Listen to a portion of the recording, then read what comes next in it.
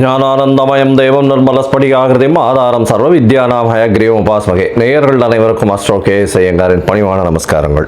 ராகு கேது பெயர்ச்சி 2025 ஏப்ரல் 26ஆம் தேதி சித்திரை மாதம் 13ஆம் நாள் சனிக்கிழமை ரேவதி நட்சத்திரத்தில் இந்த ராகு கேத்துவினுடைய பெயர்ச்சியாகுது. ராகு கேத்து பெயர்ச்சி அப்படின்றது என்ன அப்படின்னா, ராகு கேத்து இந்த ரெண்டு கிரகங்களும், அதாவது ஒரே கிரகங்கள், ஒன்று தலையாகவும் ஒன்று வாலாகவும் கருதப்படுகிறது. இந்த ரெண்டு கிரகங்களும் பார்த்தாலேயானால் 180 பாகையில் ஒன்றுக்கு ஒன்று இருக்கும். இதன் மூலியமாக பார்த்தாலேயானால் எல்லா கிரகங்களும் 7 கிரகங்களும் அதாவது வலப்புறமாக போகும், கிளாக் வைஸில் போகும். ஆனால் ராகு கேத்து மட்டும் இடப்புறமாக போகும், அதாவது ஆன்டி கிளாக் வைஸில் போகும். இதன் மூலியமாக இவ்வளவு நாள் மீன ராசியில் இருந்த ராகு இப்பொழுது கும்பராசிக்கும், கேது கன்னியா ராசியில் இருந்தவர் இப்போ சிம்ம ராசிக்கும் வரார். அதாவது பூரட்டாதி 4ஆம் பாதத்தில் இருந்தவர் பூரட்டாதி 3ஆம் பாதத்துக்கு வரார். உத்திர நட்சத்திரம் 2ஆம் பாதத்தில் இருந்த கேது உத்திர நட்சத்திரம் 1 பாதத்துக்கு வரார். ஸோ இதுதான் ராகு கேத்துவினுடைய மாற்றம். இது 26/4/2025 வருது. இதற்கு அடுத்த ராகு கேது பெயர்ச்சி பார்த்தேனால் 13/11/2026. பொதுவாகவே 1.5 வருஷம் இந்த ராகு கேத்துக்கள் ஒரு ராசியிலையும் இருக்கும். ஒரு ராசியிலிருந்து அடுத்த ராசிக்கு போகிறதுக்கு 18 மாத காலமாகும். ஒரு நட்சத்திர பாதம், அதாவது 9 நட்சத்திர பாதம் கொண்டது ஒரு ராசி. அந்த ஒரு நட்சத்திர பாதம் 2 மாதங்கள் இது எடுத்துக்கும். இந்த ராகு கேது ரெண்டுமே பார்த்தேனால் துர்கிரகங்கள், அதாவது அசுப கிரகங்களாக சொல்லக்கூடியது. அதாவது பாம்பே வலியுது அப்படின்னு சொல்லக்கூடிய அளவுக்கு எல்லாவற்றையும் பிடித்து பீடித்து ஆட்கொள்ளக்கூடிய பாம்புகள். ராகுவை விட கேது மிகவும் கொடுமையானது. இது ராகு கேதுவினுடைய தன்மை. ராகுவை பொறுத்தவரையிலும் பார்த்தேனால் அதாவது போக காரகன். அவர் ராகு எப்பொழுதுமே எல்லாத்தையும் அள்ளி கொடுக்கிறவர். ஏதாவது எந்த ஒரு விஷயம் 1 ரூபா கிடைக்கிற இடத்துல 100 ரூபாயை கிடைக்கக்கூடிய அளவுக்கு பண்ணக்கூடிய போக காரகன். எல்லாவற்றிலும் அபரிமிதமான விஷயங்களை கொண்டு சேர்ப்பார். எல்லாமே ரொம்ப பெரிய ப்ராஜெக்ட்ஸ் எல்லாம் போடுறதெல்லாம் பார்த்தீங்கன்னா ராகுவினுடைய ஆட்டம் ரொம்ப அதிகமாக இருக்கும் அந்த இடத்துல. சரி, கேதுவை பற்றி எடுத்தோமானால் எல்லா விஷயத்தையும் சுருக்குவார், தனிமைப்படுத்துவார், அசிங்கப்படுத்துவார், அதாவது கேவலப்படுத்துவார். எல்லாவற்றையும் தானே புரிந்து கொள்ள அளவுக்கு எல்லா விஷயத்தையும் அனலைஸ் பண்ணி அதுக்குள்ளே இருக்கிற விஷயங்களை, மூலக்கூறுகளை சென்று பார்க்கக்கூடிய அளவுக்கு அவர் யோசிக்க வைப்பார். தன்னை தானே உணர்தல் அப்படின்றது கேதுவினுடைய ஆதிக்கம் அதிகமாக பொருந்தியவர்களுக்கு நிச்சயமாக உண்டு. இதை தவிர பார்த்தாலேயானால் ராகுவை பொறுத்தவரையிலும் 1 100ஆகக்கூடியவர், ரொம்ப பெருசாக பிரம்மாண்டத்தை கொடுக்கக்கூடியவர். கேது 100 இருந்ததுன்னா 1 ஆகிடுவார், 1 இருந்தால் -100 ஆகிடுவார். அந்த மாதிரி ரொம்ப சுருக்கக்கூடியவர். அவர் இருக்கும் வீட்டையும் பார்க்கும் வீட்டையும் சுருக்கக்கூடியவர். இந்த பொதுவாகவே ராகு கேது ரெண்டுமே துர்கிரகங்கள். ஆனால் சுபர்களுடைய பார்வையோ சுபர்களோட சேர்ந்து இருக்குமேயானால் ரொம்ப பெரிய ஏற்றத்தை கொடுக்கும். அதை தவிர பார்த்தேனால் சுபர்கள்னு சொல்றதை விட அவர்கள் எந்த வீட்டில் இருக்கிறார்களோ அவர்கள் ஆட்சி உச்ச மூல திரிகோண வீடுகளாக இருந்து அது ஒரு பெரிய ஏற்றத்தை கொடுக்கும். திடீர் ஜாக்பாட் எல்லாம் அடிக்கக்கூடிய காலகட்டமாக அமையப்போகிறது. அதை தவிர பார்த்தேனால் ராகுவை பொறுத்தவரையிலும், அதாவது வெளிநாட்டிலிருந்து, வெளி மாநிலத்திலிருந்து, வெளி ஊரிலிருந்து, வெளி மதத்திலிருந்து இவர்கள் மூலியமாக உங்களுக்கு இன்வெஸ்ட்மெண்ட் ஃபண்டு வரும். திடீர் வேலை பிராப்திகள் வரும். வெளிநாட்டிலிருந்து வெளிநாடு போகக்கூடிய வேலை பிராப்திகள்லாம் நிறைய வரும். அதை தவிர பார்த்தேனால் வெளியூர் வெளி மாநிலம்லாம் போயிட்டு வரக்கூடிய வாய்ப்புகள்லாம் ரொம்பவுமே அதிகமாக இருக்கும். ஆனால் கேத்துவை பொறுத்தவரையிலும் பார்த்தேனால் கேத்துவுக்கு பொதுவாகவே பார்க்கும்போது அது மருத்துவ கிரகம்னு சொல்லக்கூடியது. மருந்து, அதை தவிர மயக்க நிலையை உருவாக்கக்கூடியது, மயக்க மருந்து, இந்த மாதிரியான விஷயங்கள், போதை வஸ்துக்கள், போதை தரும் இடத்துலையே ஒரு இடத்த விட்டு வெளியில் போகாமல் இருக்கக்கூடியது. ராகுவும் போதை தருவார். போதைக்கு உண்டான பொருட்களுக்கு உண்டானது இது பண்ணுறது, ட்ரக் டிராஃபிக்கிங், இதெல்லாம் பண்ணுறதுக்கும் ராகு வேணும். கேது அந்த மூலப்பொருளாக இருப்பார். அதுதான் ரொம்ப விஷயம். 2 பேருமே பேருமே ஒரே இடத்துல வருவாங்க, ஆனால் கொஞ்சம் கொஞ்சம் மாறுபடுவாங்க. ரொம்ப ஜாகிரதையாக அதை வந்து கணக்கு பண்ணணும். அது தவிர பார்த்தேனால் அதாவது இந்த பில்லி சூன்யம் ஏவல் ஒருத்தர் வந்து பயமுறுத்துறது இந்த மாதிரியான விஷயங்கள் எல்லாம் கேத்துவனுடைய ஜாலங்கள் அதிகமாக இருக்கும். ராகுவை பொறுத்தவரையிலும் அவர் சொல்லி அடுத்தவங்க கேட்டு மயக்க வைக்கக்கூடிய அளவுக்கு அந்த கரும்பாம்பு செம்பாம்புன்னு சொல்லுவாங்க. ராகுவை கரும்பாம்புன்னும் கேத்துவை செம்பாம்புன்னு சொல்லுவாங்க. ராகுவுக்கு பார்த்தீங்கன்னா 18 வருஷம் இந்த விம்சோத்தரி திசையில் கொடுத்துருக்காங்க. கேத்துவுக்கு 7 வருஷம் கொடுத்துருக்காங்க. 18 வருஷத்தில் ஒருவருக்கு ராகு நல்லபடியாக இருந்து சுவர்களால் பார்க்கப்பட்டு அவர்களுடைய இருந்த இடத்தினுடைய வீட்டினுடைய அதிபதி ஆட்சி உச்ச மூல திரிகோணம் திக்பலம் இந்த மாதிரியான விஷயங்கள் அடைந்திருந்தாரே ஆனால் நல்ல ஒரு யோகத்தை அந்த காலகட்டத்தில் கொடுப்பார். இப்போ பார்த்தேனால் இந்த ராகு கேத்துக்கு பார்த்தீங்களேனால் ராகுக்கும் கேத்துவுக்கும் சிறு சிறு அதாவது பிரச்சனைகள் இருக்குமே ஆனால் அவர்கள் இருக்கும் இடத்தின் மூலியமாக பிரச்சனை இருக்குமே ஆனால் அவர்களுக்கு என்ன எளிய பரிகாரம் செய்யலாம் அப்படின்றத பார்க்கும்பொழுது ராகுவுக்கு எளிமையான பரிகாரம் அப்படின்னு சொல்லக்கூடியது ராகு காயத்ரி. ராகு காயத்ரி அப்படின்றத சொல்றோம்னா ஓம் நாகத்வஜாய வித்மஹே பத்மஹஸ்தாய தீமஹி தன்னோ ராகு பிரச்சோதயாத். நான் திருப்பியும் சொல்கிறேன். ஓம் நாகத்வஜாய வித்மஹே பத்மஹஸ்தாய தீமஹி தன்னோ ராகு பிரச்சோதயாத் அப்படின்றது ராகு காயத்ரியும். கேதுதா காயத்ரி அப்படின்னு சொல்லக்கூடியது ஓம் அஸ்வத்வஜாய வித்மஹே சூலஹஸ்தாய தீமஹி தன்னோ கேது பிரச்சோதயாத் அப்படின்றதையும், அதாவது திருப்பியும் சொல்கிறேன். ஓம் அஸ்வத்வஜாய வித்மஹே சூலஹஸ்தாய தீமஹி தன்னோ கேது பிரச்சோதயாத் அப்படின்றது ஒரு நாளைக்கு ராகுவினுடைய காயத்ரி 7 முறையும் கேதுவினுடைய காயத்ரி 4 முறையுமாவது சொல்வதன் மூலியமாக ராகு கேத்துவுக்கு செய்யக்கூடிய எளிய பரிகாரமாக சொல்கிறோம். அது தவிர பார்த்தேன்னா ராகு கேத்துவுக்கு வேற என்னென்ன அப்படின்னா ராகுவுக்கு உண்டான கடவுளாக சொல்லக்கூடியது வந்து இந்த பத்ரகாளி, மிகுந்த கோபத்தில் இருக்கக்கூடிய ஆக்ரோஷத்தில் இருக்கக்கூடிய கடவுள்கள். அது தவிர பத்ரகாளி, அதுக்கப்புறம் பார்த்தேன்னா இந்த இது ஐயனார் அந்த மாதிரியான இதுவில் சொல்லுவோம். அது தவிர பார்த்தேன்னா இந்த பிரத்யங்கரா இவங்கெல்லாம் ராகுவுக்கு உண்டான தெய்வங்களாக சொல்லக்கூடியது. அதுக்கப்புறம் பார்த்தேன்னா நரசிம்மர் ராகுவுக்கு உண்டான தெய்வம். ஏன்னா மிகுந்த கோபத்தோடு ஆக்ரோஷத்தோடு இருக்கக்கூடியவர். இதெல்லாம் வந்து இந்த தெய்வங்கள் எல்லாமே வந்து ராகுவுக்கு உண்டான பரிகார ஸ்தலங்களாக இந்த தெய்வங்கள் இருக்கக்கூடிய இடத்த இது பண்ணலாம். அது தவிர பார்த்தேனால் இவர்களுக்கு எலுமிச்சம்பழம் மாலை, எலுமிச்சம்பழம் இதில் வந்து நல்லெண்ணெய் விட்டு இது ஏற்றுறது, எண்ணெய் விட்டு திரி போட்டு விளக்கு ஏற்றுறது. அது தவிர பார்த்தேனால் பூசணிக்காயை 2ஆக கட் பண்ணி அதில் இருக்கிற சதப்பத்தை எடுத்துட்டு எண்ணெயை விட்டு ஏற்றுறது. இதெல்லாம் வந்து ராகுவுக்கு உண்டான தோஷங்களை நிவர்த்தி செய்யக்கூடியது, ராகுவுக்கு உண்டான எளிய பரிகாரங்களாக சொல்லக்கூடியது. அது தவிர பார்த்தீங்களேனா இந்த இது கேத்துவுக்கு உண்டானது என்ன அப்படின்னா விநாயகரை சொல்வார்கள். அது தவிர ஆஞ்சநேயர், அதாவது தலை மாறியவர்கள், அதாவது விநாயகரும் சரி ஆஞ்சநேயரும் சரி இவர்கள் 2 பேரையும் சொல்லுவாங்க. அது தவிர வந்து சித்தர்கள், யோகிகள், ஞான குருமார்கள், குரு பீடங்கள், மடங்கள் இதெல்லாம் சொல்லக்கூடியது.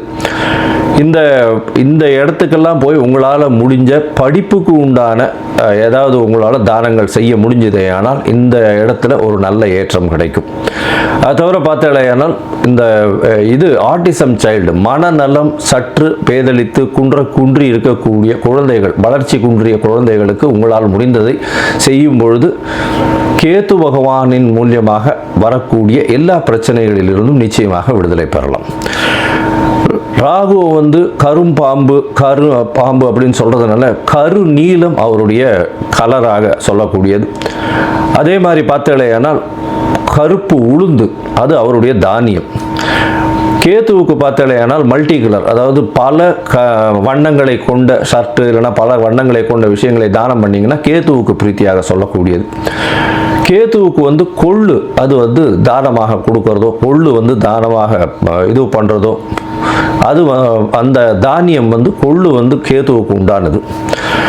ராகுவுக்கு பார்த்தீங்கன்னா இந்த சூதாட்டம், கேளிக்கை மையம், அதை தவிர பாரு அந்த மாதிரியான விஷயங்கள் வந்து ராகுவினுடைய இடத்தின் கட்டுப்பாட்டை கொண்டவர் அவர். கேத்துவுக்கு வந்து மடம், அதை தவிர வந்து இது தபோவனம் இந்த மாதிரியான விஷயங்கள். அதை தவிர தனித்து இருக்கக்கூடிய இடங்கள், அதை தவிர வந்து இந்த தவம் செய்யும் இடம், இதெல்லாம் பார்த்தீங்கன்னா கேதுவனுடைய இடமாக சொல்கிறாங்க. இது தவிர பார்த்தாலேயானால் இந்த ராகுவுக்கும் கேதுவுக்கும் 3-11 பார்வை இருக்குன்னு சில ஜோதிட கிரந்தங்கள் சொல்றது. அதாவது இப்போ பார்த்தாலேயானால் கும்பராசியில் ராகு இருக்கிறதுனால 3ஆம் இடம்னு சொல்லக்கூடிய மேஷத்தையும் தனுசு அப்படின்ற 11ஆம் இடத்தையும் பார்க்கறது ராகு. கேதுவை பொறுத்தவரையிலும் மிதுனத்தையும் துலாத்தையும் பார்க்கும். அவர் இருக்கும் வீட்டிலிருந்து 3-11 7ஆம் இடத்தை எல்லா கிரகங்களும் பார்க்கும். ஏன்னா சப்தம பார்வை உண்டு அப்படின்றத சொல்றது.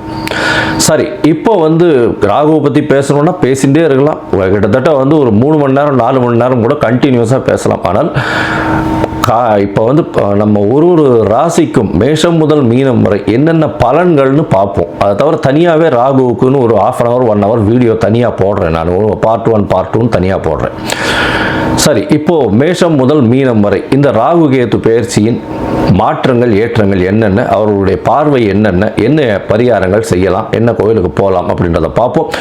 இந்த சேனல், என்னுடைய சேனல் பார்த்துட்டு இருக்கவங்க உங்களுக்கு ஜாதகம் பார்க்கணும் அப்படின்னா நீங்கள் என்னுடைய மொபைல் நம்பருக்கு, கீழே கொடுக்கப்பட்டிருக்கிற மொபைல் நம்பருக்கு எனக்கு வாட்ஸ்அப் பண்ணுங்க. உங்களுடைய பெயர், உங்களுடைய தாய் தகப்பனார் பெயர், உங்களுடைய பிறந்த நேரம், தேதி, உங்களுடைய பிறந்த இடம், date of birth, time of birth, place of birth, உங்களுடைய நேம், பேரண்ட்ஸ் நேம், இது வரலாம் அனுப்புங்க. சந்தி இருக்கான்னு பார்க்குறேன். ஏன்னா லக்ன சந்தி, பாத சந்தி இதெல்லாம் பார்க்கணும். சந்திரனுடைய சந்தி இருக்கா, என்ன ஏதுன்னு பார்க்கணும். இதற்கு காரணம் என்ன அப்படின்னா பல வகையான பஞ்சாங்கங்களை உபயோகப்படுத்துகிறார். பஞ்சாங்கங்கள் உபயோகப்படுத்தக்கூடிய இடமும் வந்து பல இடங்கள் மாறுபடும். அதாவது ஸ்ரீரங்கத்து பஞ்சாங்கத்தில் டெல்லியில் பிறந்த குழந்தைங்களுக்கு பேஸ் பண்ணி பார்ப்பா. அப்போது சூரிய உதயமே மாறும். அதனால் சந்தி வரக்கூடிய வாய்ப்புகள் மிகவும் அதிகம். அவங்க வந்து மிருகசீரிஷ நட்சத்திரம் அப்படின்னு நினச்சிட்டு இருப்பாங்க, 2ஆம் பாதம் அப்படின்னு நினச்சிட்டு இருப்பாள். ஆனால் பார்த்தாலேயானால் 3ஆம் பாதத்தில் மிதுன ராசியில் இருப்பாள். இந்த அவள் வந்து 50 வயசு ஆகிட்டு இருக்கும், ரிஷப ராசிக்கு வந்து அர்ச்சனை பண்ணிட்டு இருப்பாள். ஆனால் மிதுன ராசியில் பிறந்திருப்பாள். ஸோ இந்த மாதிரியான மாற்றங்கள்லாம் நிறைய இருக்குது. அதனால் உங்களுடைய ஜாதகத்தை நானே போட்டு அதன் வழியாக சந்தி இருக்கான்றதை பார்த்து உங்களுக்கு உண்டான பலன்கள் என்ன ஏதுன்றதை டிஸ்கஸ் பண்ணுறேன். அதற்குண்டான கட்டணம் என்னன்றது போடுறேன். அந்த கட்டணத்தை செலுத்திட்டு நீங்கள் அப்பாயின்மெண்ட் எடுத்துக்கோங்க. சரி, இப்போது ராகு கேதுவின் பயிற்சி 2025 2026 மேஷம் முதல் மீனம் வரை ஒரு ராசியாக. சிம்மம், மகம், பூரம், உத்திரம், இந்த 3 நட்சத்திரம் 9 பாதங்களை கொண்ட ராசி. ராசியின் அதிபதி அப்படின்னு சொல்லக்கூடியவர் சூரியன் மாத கிரகத்தில் உண்டு. இந்த ராகு கேதுவின் பெயர்ச்சி பார்த்தாலேயானால், அதாவது 26/4/2025 முதல் 13/11/2026 வரை உண்டான காலகட்டத்தில் ராகு கேது உங்களுடைய ராசிக்கு 7ஆம் இடத்தில் ராகுவும் ராசியிலேயே கேதுவும் இருக்கக்கூடிய காலம். சரி, இந்த காலகட்டத்தில் பார்த்தாலேயானால் 7ஆம் இடத்துல ராகு பகவான் இருக்கிறது அப்படின்னு சொல்லும்பொழுது பார்ட்னர்ஷிப் பிஸ்னஸில் பெரிய ஏற்றத்தை கொடுப்பார். திடீர் பண வரவை கொடுப்பார். சப்தமத்தில் ராகு இருந்தால் கணவன் மனைவிக்குள்ள சிறு தொல்லைகள் வரக்கூடிய வாய்ப்புகள் உண்டு. எதிர்பாலினத்தவர் மூலியமாக பிரச்சனைகள் அதிகமாக வரக்கூடிய வாய்ப்புகள் நிச்சயமாக உண்டு. இருந்தாலும் நண்பர்களை அதிகமாக நம்ப தேவையில்லை. ரொம்பவும் ஜாகிரதையாக இருக்கிறது ரொம்பவும் நல்லது. பார்ட்னர் சொல்லக்கூடிய கூட்டு தொழிலில் அபரிமிதமான புது ப்ராஜெக்ட்ஸ் எல்லாம் எடுத்து பண்ணக்கூடிய வாய்ப்புகள் நிச்சயமாக இருக்கும். உங்களுடைய ராசிக்கு 7ஆம் இடத்தில் இருக்கக்கூடிய ராகு பெரிய வியாபாரத்தில் பெரிய ஏற்றத்தை கொடுக்கக்கூடிய காலகட்டமாக அமையப்போகிறது. இந்த காலகட்டத்தில் பார்த்தீங்கன்னா உங்களுக்கு திருமணத்துக்கு பார்த்து கொண்டிருந்தால் சிறு தடைகள் நிச்சயமாக வரும். ஏன்னா குரு பகவான் உங்களுடைய ராசியை 7ஆம் பார்வை, அதாவது 9ஆம் பார்வையில் 7ஆம் இடத்தை பார்க்கும்பொழுதும் ராகுவும் சனியும் அங்கே இருக்கிறதுனால தடங்கள் வரக்கூடிய வாய்ப்புகள், திருமணத்திற்கு பார்த்து கொண்டிருப்பவர்களுக்கு வரக்கூடிய வாய்ப்புகள் நிச்சயமாக உண்டு. அது தவிர பார்த்தீங்கன்னா குழந்தை பிராப்தியிலும் கொஞ்சம் பிரச்சனைகள் இருக்கும். ஏன்னா உங்களுடைய ராசிக்கு பார்த்தீங்கன்னா 7ஆம் இடத்துல இருக்கக்கூடிய ராகு உங்களுடைய ராசிக்கு 5ஆம் இடத்தையும் ராசிக்கு 9ஆம் இடத்தையும் பார்க்குறார். இதன் மூலியமாக குழந்தை பிராப்திக்கு பார்த்து கொண்டிருப்பவர்களுக்கு சற்று பின்னடைவு ஏற்படக்கூடிய வாய்ப்புகள் நிச்சயமாக உண்டு. இந்த காலகட்டத்தில் பார்க்கும்பொழுது உங்களுடைய ராசிக்கு 7ஆம் இடத்தில் இருக்கக்கூடிய ராகு சனியோடு சேர்ந்து இருக்கார். அதனால் எதிர்பாலினத்தவரின் கை ஓங்கக்கூடிய வாய்ப்புகள் நிச்சயமாக இருக்கும். அது தவிர கூட்டு தொழிலில் வந்து உங்களுக்கு பார்ட்னருடைய, அதாவது கூட்டு தொழிலில் இருக்கக்கூடிய பார்ட்னருடைய கை கை ஓங்கக்கூடிய வாய்ப்புகள் நிச்சயமாக இருக்கும். ரொம்பவும் ஜாகிரதையாக இருக்கணும். இன்வெஸ்ட்மெண்ட் போடும்போது ரொம்ப பொறுமையை காக்கிறது ரொம்பவும் நல்லது. 11ஆம் இடத்துல குரு பகவான் வந்துடுறார். அதனால் உங்களுக்கு பண வரவிற்கு பஞ்சம் இருக்காது. இருந்தாலும் உடல் நலத்தில் சற்று பின்னடைவு இருக்கும். ஏன்னா கேத்து உங்களுடைய ராசியிலேயே இருக்கார். ராசியிலேயே கேத்து இருக்கிறதுனால உடல் நலத்தில் பின்னடைவை ஏற்படுத்தக்கூடிய வாய்ப்புகள் மிகவும் அதிகம். உங்களுடைய ராசிக்கு 7ஆம் இடத்தில் இருக்கக்கூடிய ராகு 9ஆம் இடத்தை பார்க்கறதுனால தந்தையின் உடல் நிலையில் சற்று பின்னடைவு இருக்கக்கூடிய வாய்ப்புகள் நிச்சயமாக உண்டு. இருந்தாலும் வெளிநாடு போய் படிக்கணும்னு இருக்கிற மாணவிகளுக்கு நிச்சயமாக வெளிநாட்டு பிராப்தி உண்டாகக்கூடிய வாய்ப்புகள் உண்டு. அதாவது என்ன சொல்றது, வெளிநாட்டில் போய் மாஸ்டர்ஸ் டிகிரி படிக்கணும் அந்த மாதிரியான விஷயங்கள் இருக்கக்கூடியவர்களுக்கு பெரிய ஏற்றம் கிடைக்கக்கூடிய காலகட்டமாக அமையப்போகுது. இந்த காலகட்டத்தில் பார்த்தலையானால் உங்களுடைய ராசிக்கு 9ஆம் இடத்தை பார்க்கறதுனால பாக்கியங்கள், அதாவது திடீர்னு வர வேண்டிய உங்களுக்கு உண்டான பொருட்கள் எல்லாம் சற்று தடைபடக்கூடிய வாய்ப்புகள் நிச்சயமாக உண்டு. வெளிநாட்டு யோகம் இருக்கும். படிப்பிற்காக வெளிநாட்டுக்கு போகக்கூடிய பாக்கியத்தை கண்டிப்பாக கொடுப்பார். உங்களுடைய ராசிக்கு 5ஆம் இடத்தை ராகு பார்க்குறார். இதன் மூலியமாக புதிய பதவி, புகழ், அந்தஸ்து, கௌரவம்லாம் ரொம்ப ஜாகிரதையாக இருக்கணும். ஏன்னா ராகு பகவான் கொடுக்கும்பொழுது விறுவிறுன்னு எல்லாத்தையுமே ஏற்றி கொடுத்துருவார். அதனால் அதை ரொம்பவும் நம்பிட்டு நீங்கள் போனீங்கன்னா கடைசியில் சறுக்கி விட்டுருவார். அதனால் ரொம்ப ஜாகிரதையாக இருக்கணும். உங்களுடைய தகுதிக்கு மீறின பதவியிலையோ புகழிலையோ போய் உட்காந்துக்கிறது அந்த அளவு சரி வராது. பிரச்சனைகளை கொண்டு போய் விடக்கூடிய வாய்ப்புகள் மிகவும் அதிகம். இருந்தாலும் குரு உங்களுடைய ராசிக்கு 11ஆம் இடத்துலேருந்து பார்க்கறதுனால கண்டிப்பாக சற்று பிரச்சனைகள் ஓரளவுக்கு கம்மியாக போகக்கூடிய வாய்ப்புகள் உண்டு. இருந்தாலும் ஜாகிரதையாக இருக்கிறது நல்லது. உங்களுடைய ராசிக்கு பார்த்தீங்கன்னா ராசியிலேயே கேத்து இருக்கார். கேத்து ராசியிலேயே இருக்கிறதுனால உடல் நிலையில் சற்று பிரச்சனைகள் இருக்கக்கூடிய வாய்ப்பு உண்டு. மனக்குழப்பங்கள் இருக்கும். எந்த ஒரு விஷயத்திலையும் தீர்க்கமான சிந்தனையோ தீர்க்கமான ஒரு முடிவையோ எடுக்க முடியாத நிலைமை இருக்கும். எல்லா விதமான பேச்சுக்களிலும் பார்த்தீங்கன்னா இழுத்துட்டே போகும். அதில் ஒரு முடிவுக்கே வராத அளவுக்கே பேச்சு இருக்கும். இந்த காலகட்டத்தில் உங்களுடைய ராசியில் இருக்கக்கூடிய கேது ராசிக்கு 11ஆம் இடத்தையும் பார்க்குறார், 3ஆம் இடத்தையும் பார்க்குறார். அதனால் இளைய சகோதரர்களோட சற்று பேச்சுக்களில் பிரச்சனைகள் இருக்கும். இந்த சிம்மராசிக்காரர்கள் அரசியல் சார்ந்தவர்கள், அரசு பணியில் இருக்கிறவங்க, அரசு கான்ட்ராக்ட் பண்ணுறவங்க, அது தவிர ஹெச்ஆர், அது தவிர டாக்டர்ஸாக இருக்கிறவங்க, ஹிருதயம் சம்பந்தப்பட்ட டாக்டர்ஸ்லாம் இருக்கிறவங்க, இவங்கெல்லாம் ரொம்ப ஜாகிரதையாக இருக்கிறது ரொம்ப நல்லது. ஏன்னா எந்த ஒரு தவறான முடிவும் அவர்களுக்கு ரொம்ப பெரிய பிரச்சனையில் கொண்டு போய் விடக்கூடிய வாய்ப்புகள் இருக்குது. அது தவிர ஆளக்கூடியவர்கள்லாம் ரொம்ப ஜாகிரதையாக இருக்கிறது இந்த சிம்மராசிக்காரர்களுக்கு ரொம்பவும் முக்கியமாக இருக்குது. ஏன்னா ஜாகிரதையாக இருக்கிறது ரொம்பவும் நல்லது.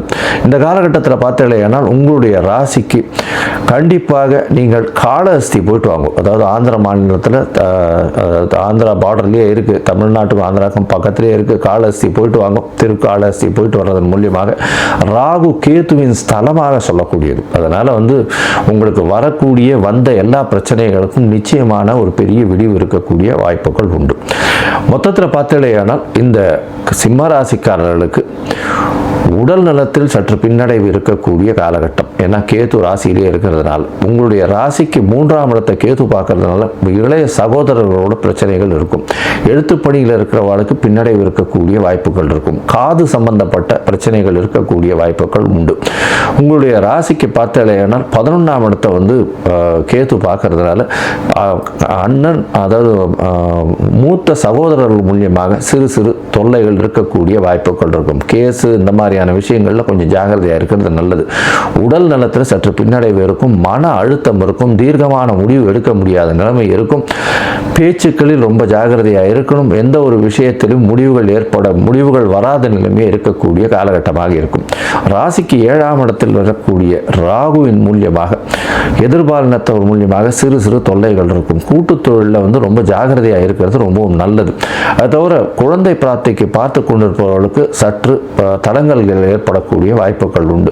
தவிர திருமணத்திற்கு பார்த்து கொண்டிருப்பவர்களுக்கு சற்று பின்னடைவு ஏற்படக்கூடிய வாய்ப்புகள் நிச்சயமாக இருக்கும். தந்தையின் உடல்நிலையில் சற்று கவனமாக இருக்கிறது நல்லது. வெளிநாடு போய் படிக்கக்கூடிய வாய்ப்புகள் நிச்சயமாக அமையும். மொத்தத்தில் பார்த்தாலேனா இந்த சிம்மராசிக்காரர்கள் காளஹஸ்தி போயிட்டு வர்றதன் மூலியமாக அவர்களுக்கு எல்லா விதமான ஏற்றமும் மாற்றமும் நிச்சயமாக வரும். உங்களுக்கு 85 விழுக்காடுகள் ஒரு மாற்றத்தை ஏற்படுத்தக்கூடிய ராகு கேது பயிற்சியாக இது அமையும்.